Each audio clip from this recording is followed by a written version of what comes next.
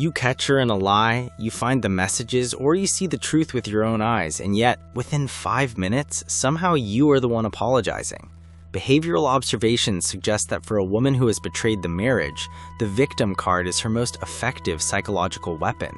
It is a calculated move designed to flip the script so that your justified anger is treated like abuse, and her calculated betrayal is treated like a cry for help. Psychological patterns show that when a cheating wife starts crying about how neglected she felt or how cold you've been, she isn't looking for a resolution, she's looking for an escape from accountability.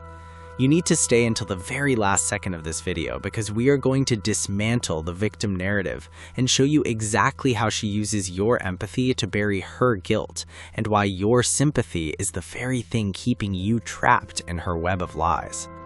Betrayal is loud, but rebuilding is quiet. If you're the man doing the heavy lifting behind the scenes, consider this your base of operations. We don't do hype, we do high-level discipline. Most men will watch this, nod their heads, and change nothing. I'm not looking for them. I'm looking for the man who is done with the why and is ready for the how.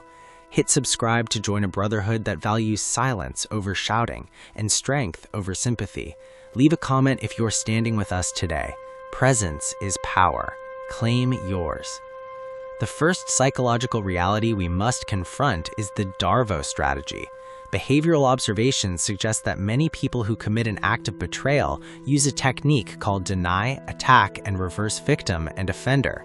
Psychological patterns show that she will first deny the evidence. When that fails, she will attack your character, bringing up mistakes you made 10 years ago. Finally, she will reverse the roles, making herself the victim of your lack of attention. You are the victim of moral inversion when you find yourself defending your working hours instead of questioning her infidelity. She is moving the goalposts so that the original sin of her cheating is forgotten, and the new trial is about whether or not you're a sensitive enough husband. We also have to analyze the myth of the emotional vacuum. Behavioral patterns show that a cheating partner will often claim they were forced to find affection elsewhere because the home was empty. Psychological observations suggest that this is a self-serving bias. Even if the relationship had issues, choosing to cheat is a decision, not a consequence. When she acts like the victim, she is trying to convince you that her betrayal was a symptom of your failure. You are the victim of blame shifting when you start to believe that if you had just bought more flowers or talked more, she wouldn't have fallen into another man's bed. The truth is, she didn't fall, she walked. Acting like a victim is just her way of rationalizing a choice she made in the dark. Let's look at the path of Julian. Julian was a man who lived for his family. He worked 60 hours a week to provide a life of comfort for his wife Elena.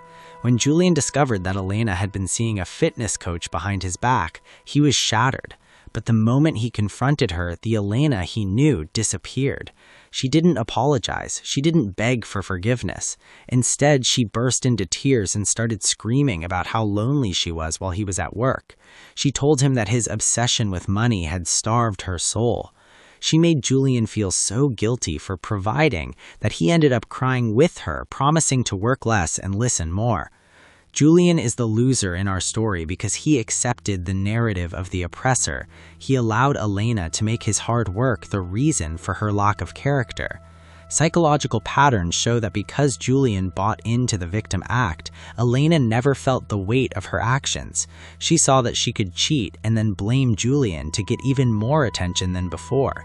The marriage became a theater where Julian was the villain and Elena was the tragic heroine. Eventually, Elena didn't stop the affair. She just got better at hiding it, knowing that if she ever got caught again, she could just cry and mention Julian's absence to reset the clock.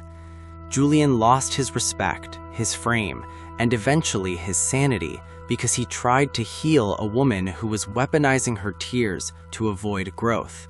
He proved that a man who apologizes for his wife's betrayal is a man who has handed her a license to repeat it. The second major psychological pattern is the pity shield. Behavioral observations suggest that when a person knows they have no logical defense, they use emotion as a shield. Psychological patterns show that by acting fragile or broken after getting caught, she triggers your protector instinct. You see her crying and your brain short circuits.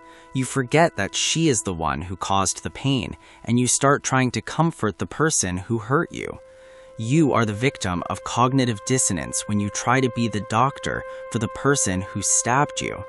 She is using your goodness as a weapon against your justice. Furthermore, we must address the social sabotage. Behavioral patterns show that when a cheating wife takes on the victim role, she often does it in front of audiences, friends, family, or even therapists. Psychological observations suggest that she is preemptively protecting her reputation. By telling everyone how neglected she was before the truth comes out, she ensures that when the affair is discovered, people say, "Well, we knew Julian wasn't giving her what she needed." You are the victim of reputational assassination when she uses the victim act to muddy the waters. She isn't just lying to you, she is branding you as the reason for her downfall. The reality is that true remorse does not make excuses. Behavioral observations suggest that a person who is truly sorry will own the pain without adding a "but" at the end of the sentence. Psychological patterns show that if her apology includes a list of your faults, it isn't an apology, it's a counterattack. You are the judge, you are the sovereign. If the evidence shows a breach of contract, you do not allow the defendant to tell you that the judge is the real criminal. You have to realize that her tears are not evidence of her innocence. Behavioral observations suggest that a cheater can cry because they are caught, not because they are ashamed.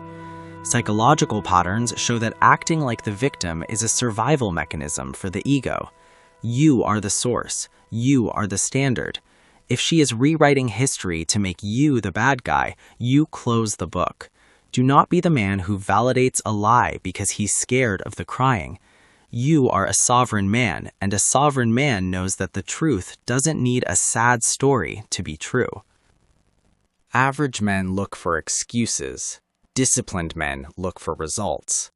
If you're the man who does the work when the room is empty and the cameras are off, you found your circle. Don't just nod and scroll past. That's what the masses do. Subscribe to anchor your standards. Drop a comment to mark day one of the new build. No hype, no noise, just the blueprint. Step up or step aside. The third psychological reason she plays the victim is the protection of the social identity. Behavioral observations suggest that most people cannot live with the idea that they are the villain of their own story. Psychological patterns show that to keep her self-image intact, she must construct a version of reality where she was pushed into the affair. You are the victim of narrative hijacking when she starts telling your mutual friends that things haven't been good for a long time. She isn't just lying to you, she is recruiting an army of sympathy to validate her disloyalty. To reclaim your sovereignty, you must realize that her opinion of the marriage is not a justification for betrayal. A sovereign man knows that if a house has a leak, you fix the pipe, you don't burn down the neighborhood. We also have to analyze the empathy trap. Behavioral patterns show that good men have a high capacity for compassion. Psychological observations suggest that a cheating wife will target this compassion to neutralize your anger. When she acts fragile, she is programming you to feel guilty for being angry. You are the victim of weaponized vulnerability when you find yourself comforting the person who just destroyed your trust. This is a psychological loop that prevents healing. The sovereign man understands that empathy without boundaries is just self-harm. You can understand her pain without accepting her excuses. You realize that a person can be sad and guilty at the same time, but their sadness does not cancel their debt. Let's look at the path of Soren. Soren was a man who understood that the truth is a straight line. When his wife, Mara, was caught in a long-term affair with a colleague, she immediately went into victim mode. She claimed that Soren's career ambition had made her feel second best and that she found solace in the arms of someone who really listened. She cried for 3 days waiting for Soren to break and apologize for his neglect. Soren is the winner in our story because he utilized the law of absolute accountability. Soren didn't argue with her feelings. He didn't defend his career. He looked at Mara and said, if you felt neglected, you had the option to talk, the option to go to therapy, or the option to leave. You chose the option to betray. Your feelings are your internal business, but your actions are my business. I do not accept neglect as a currency to pay for infidelity. Soren won because he stayed sovereign. He didn't enter the theater. When Mara realized that her tears weren't working, her victim act vanished and was replaced with genuine fear. Soren won because he didn't wait for her to admit she was the villain. He declared the truth and acted on it. He initiated a standard of no contact until the legal reality was settled. He stayed sovereign because he realized that the only way to win against a victim narrative is to refuse to play the villain. He became a master of emotional boundary enforcement, proving that the strongest man is the one who values the reality of the act more than the performance of the actor. He didn't apologize for her choice. He accepted her departure. The fourth major reason is the avoidance of the shame spiral. Behavioral observations suggest that shame is the most painful human emotion. Psychological patterns show that to avoid shame, the human brain will invent any excuse to make the sinner look like a saint. You are the victim of delusional projection if you think you can reason her out of her victim act. She needs to believe she is the victim to survive the reflection in the mirror. Ending the victim loop means refusing to participate in her delusion. It means holding the mirror steady until she either looks or walks away.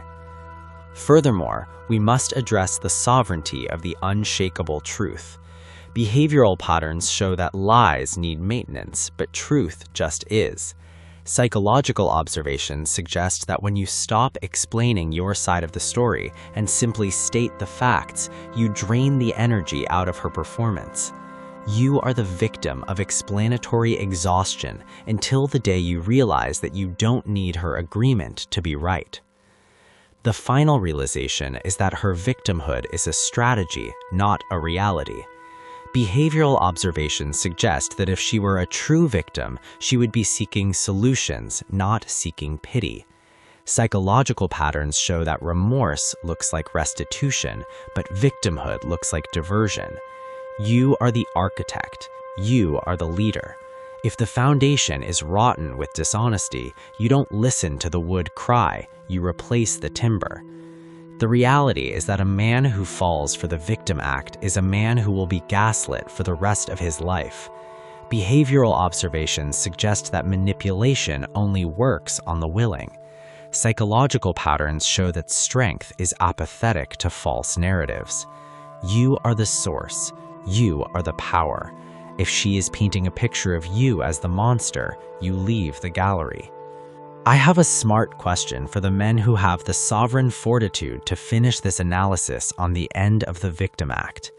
If you caught a thief in your house with your life savings in their bag and they started crying that they only stole because the lock on your door was too hard to turn, would you apologize for the lock and let them keep the money, or would you call the authorities and reclaim what is yours?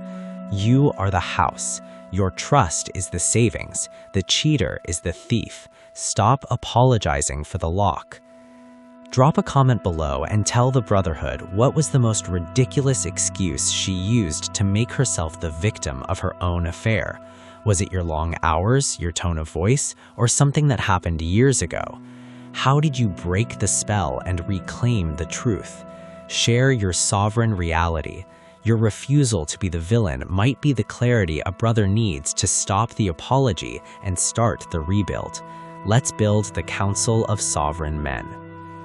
If you're still watching, you didn't just hear this, you felt it. That tells me you're done with the noise and ready for the signal. Men who choose this path don't have to walk it in the dark. Subscribe to stand in the ranks with us.